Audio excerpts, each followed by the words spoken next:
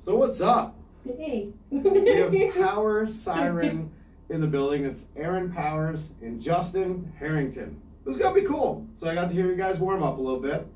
I'm really digging the vibe. I love, there's a lot of buttons on this thing. No, because I was talking to Aaron a week or so ago, and I was gifted like an old, like antique, is this a squeeze box? That's an accordion. Yeah, I know it's an accordion, but would it be considered a squeeze box? I think so, yeah. It's just like a cooler name for it, yeah. Well, I got gifted this antique accordion squeeze box. It had 1,000,000 buttons on the side, and I was like, nah, man, I can't ever figure that out. I'm looking at my phone when I dial. I look at the keyboard when I type, and I could do something over on this side, but that's a real skill. So, but it sounded good, man. It's a really good accoutrement, I'd say, to the music that you got going on. So, how long has Powersiren been a duo? Since December. So that's not too long. So less than a year. Yeah. You had your 6-month anniversary already, so Yep. you're past that point. But you're getting gigs, and you're out there quite a bit. Yeah. Well, I'm not going to take up any more of your time. Let's get into some music. What are we going to hear first? Basically what, On Fire? Yeah, the first. We'll do On Fire. First track off our EP. Oh yeah, there's a new EP, by the way, so go ahead and get it. It's on all platforms, and your website is powersiren.net. There you go. You know the backstory about that song?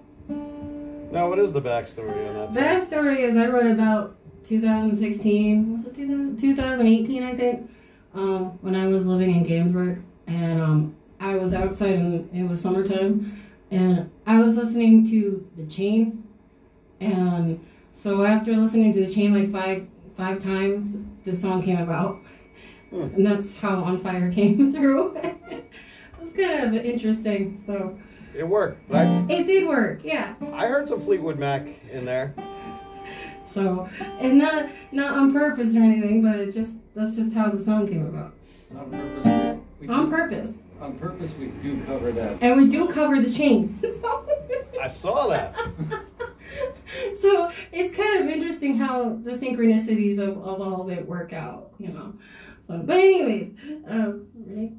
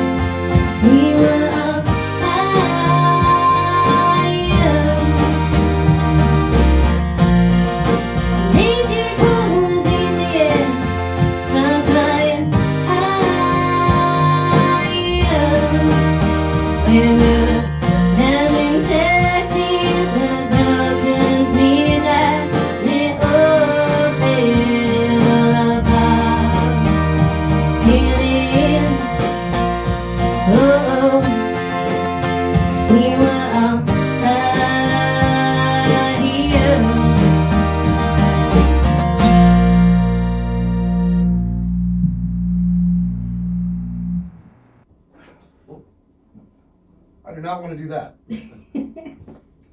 Instruments are expensive. Yay! That's why I'm glad I'm not a drummer. Actually, being just the singer in a band was probably the best choice I could have made. You know, microphones. Most venues supply them, but Most. But drums are expensive. Cymbals are expensive. You crack a cymbal, you're looking at like $200. Get a decent cymbal. So yeah, I don't want to break any of your stuff, so I won't do that. Anyway, what kind of keyboard is this? It's pretty dope. It's Novation Launch Key. It's actually a MIDI keyboard. So basically, I'm running all the sounds off my laptop. Anything I use on a keyboard. That's cool. Yeah, I don't understand any of that stuff. I'm too old for that. That's like Snapchat. I'm too old for that. You guys got a Snapchat? Nope. Nope. Yeah, I don't think you need one. I don't even understand it. It's like a picture, and then You chat with people, I think. I don't know. I think they just put pictures up and then they vanish, and I don't understand the point of it or the concept. There's too much social media out there, but it's a necessary evil, especially when you have something to promote, like you guys do. Yeah. So, so what's been on your minds? Like me, personally, I'm thinking like everyone is soon going to see their own UFO sighting. Like, I think they're not going to be, did you see what happened in California the other day? Did you see that sighting? No. It's got to be one of the most compelling sightings ever. Hundreds of people, everyone's got angles from all over town, filming this thing, and then they actually show it landing on a beach. What? Yeah. That's crazy. Look into that. So, Oh, have you that's seen pretty crazy. UFOs? We thought we almost saw one, didn't we, the other day? There's a picture I caught where it looks like I caught something. It's hard to tell. It's just a line across the sky, but people were saying, oh, it's the Skylink satellites. But I'm like, these are dark clouds. It's a storm. You know, you Right. can't see Yeah. the atmosphere. And then outside the house, it almost looked like a skull. Mm. Like, literally the skull. Yeah, that was like I don't know, whatever was in the air, but It literally looked like a skull, like when he was stepped outside the door. I really need to see this. Yeah, you guys are popular around Oh, we here. got fans. Yeah, yeah. We got fans All out sorts there. of fans will come up to the window. Oh, that's cool. Yeah, yeah. So what's this next song? this one's called Keep Up With The Changes. Okay. It's more of a electronic track on the EP, but I'm going to play the electronic parts on the accordion for this one. Is this the one that you did the remix on? No, that's Broken Record. The Broken Record. Okay. I'll just shut up. We But haven't done a remix to Keep Up With The Changes. I don't know if that's going to happen. Yeah, it was originally, I think, written for another song, and then it turned into this. And turned into this one for some reason. that's how it happens. Every songwriter knows that. Well, cool. I'm looking forward to it.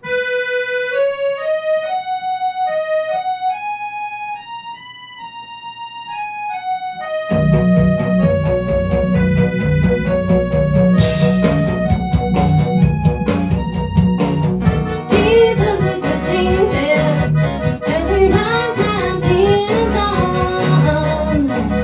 In time of the ages, we're going around getting done. I'm seeing alarms. Keep up with the changes as we run it on and on. We don't go out of time from day to night. Certain times we live our daily lives. Keep up with the changes as time flies past at the speed of light. From microphone calls to in the web,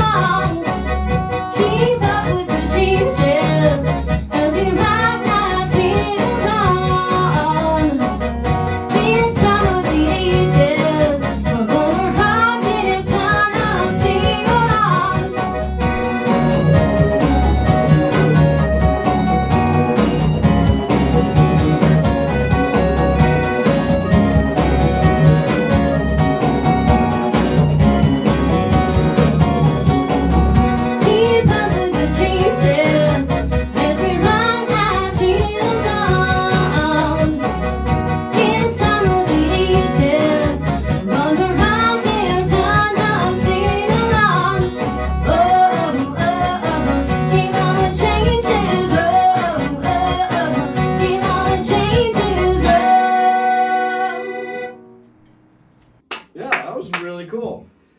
Keeping up with the changes, it's a hard thing for us Gen Xers to do.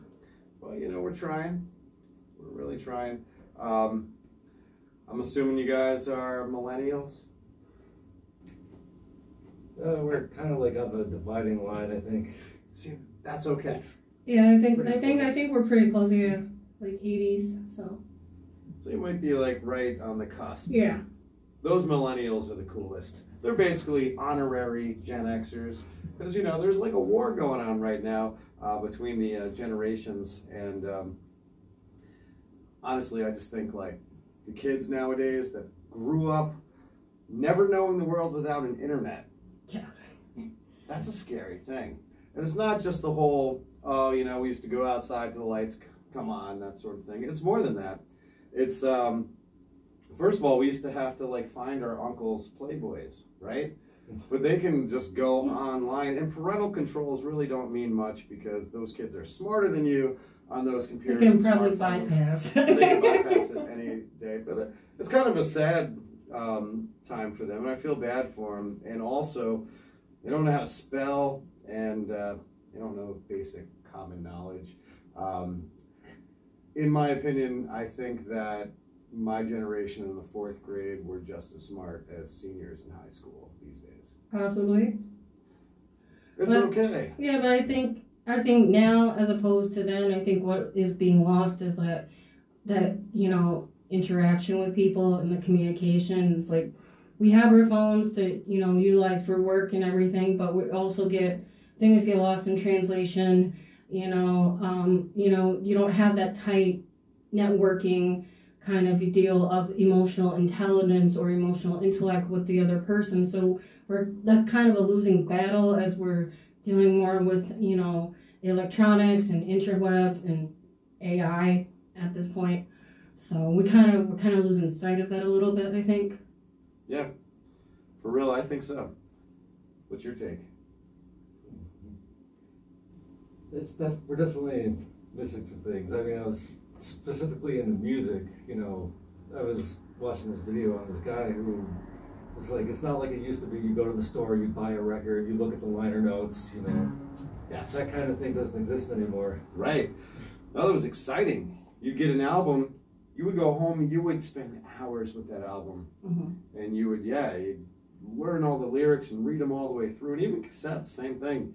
Even though it was smaller to read, you were doing that. And yeah, I think it's definitely a big difference when it comes to music. When it comes to the appreciation of music without, we like to call it the Disney influence, because these kids were brought up on the Disney Channel, basically. So that's where, like, a lot of the kids these days will think that, you know, Avril Lavigne, she's punk rock. Avril Lavigne's cool, but it's not really punk rock, right? But that's really punk for them. And like Blink-182, pop punk band. But this whole Generation Z, they think like that's real punk rock. And it is real pop punk, but I don't know. I just think things were a little diluted along the ways. Maybe I'm just old. Maybe it's because I'm a grandfather. Maybe I don't want my grandkids growing up on this music. I'm going to try my hardest. You guys got kids? Nope. I have a dog. Same difference. So you got one more for us? Yeah. What's this one about? This one's called Broken Record. I actually played a keyboard on this one. This is when we did the remix. I wanted to remix one of my songs for the longest time, and I told them to make a remix of this. So we did it in the last hour before releasing the thing. That's the way to do things sometimes. Done right there. Nice. I told them I wanted it. I've never had it, so I'm like, I want to remix one of my songs, and so.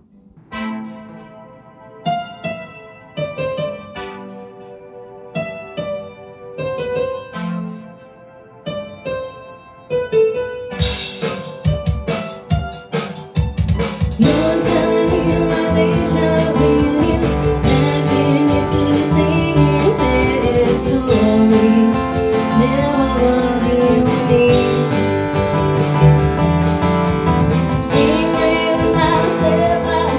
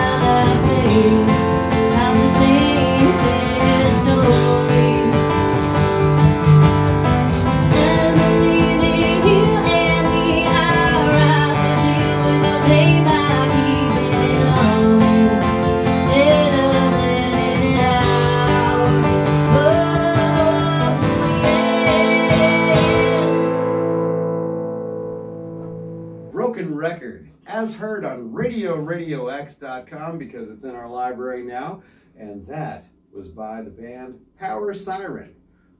That's my radio voice. It's pretty much just like my regular, ordinary voice.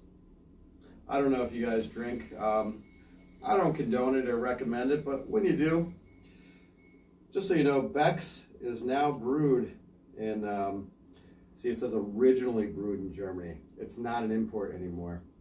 Nah, it's an export. Oh. So you think they export this back to Germany? That's kind of weird. They must hate it now. Yeah, they might. I like it. I like it better because it's cheaper now. It used to be one of the more, you know, pricier beers a little bit. You know, Yeah, because it was imported. in the mid-range. Yeah, like, Now you can get a 4-pack of Beck's for the same price. You can get a 6-pack of Milwaukee's Best. Not a sponsor, by the way. So, what's going on in your lives? What's the plan? Where are we headed? Where's the road taking us? It's a journey. it is a journey. We've definitely got a lot more new material in the works. Yeah, and I'm writing a lot, so, and rewriting and writing and rewriting and doing vocal melodies and stuff like that. So, he's got me in the works doing, you know, some other stuff as well, so. I really like what I'm hearing. A lot. The first song, which was called On Fire. Still my favorite. That's a hit. That could be a friggin' hit song right there. Inspired by, you know, The Chain. So, who was the better female vocalist in Fleetwood Mac? Oh, no, you're not gonna ask. Because I knew it was gonna come up there was a somehow. debate there. I don't know. To me, Stevie, she's hypnotic. She really is the white witch. She puts a spell on you, I think, when she sings. I think she's more, because she's the poet of the two, so she's more out there, and Christine was basically with the Green, with Al Green and all them, so she was the blues part of it. So between the blues and Stevie's mysticism and poetry of her emotional lyrics, kind of combined the two, made it even more empowering. Coming from a band that's empowered. Any last words, anything that you would like to say to people to get them to come on out to your shows, get them to, you know, go and purchase your new EP? Well, we have an EP online. If you go to powersiren.net and join the emailing list, you can get a free copy of the download of the EP. Yeah, I'm always looking at you because you're right there. So yeah, give them some encouraging words of peace, prosperity, or love. Or if you're filled with rage, just let them know. Well, music is always about love, so it's about love and empowering and bringing people together. So that's why I have "Music is Love" tattooed on my back shoulder with angel wings. So that's kind of like my motto is music is love, and everything, you know, revolves around either love or music comes out of heartache or sorrow or sadness, but it's still interconnected and intertwined, and everybody can always relate. Yes, they can.